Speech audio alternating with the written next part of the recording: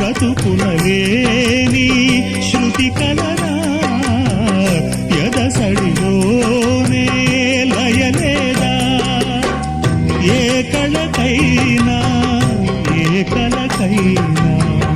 జీవిత రంగం వేదిక కాదా ప్రజాధనం కాని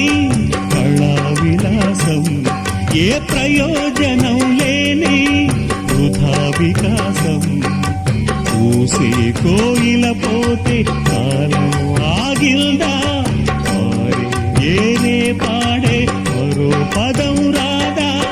మురళికి గల స్వరముల కళ పెదవిని విడి పలకదు కదా సరళి రాగనే వసంతం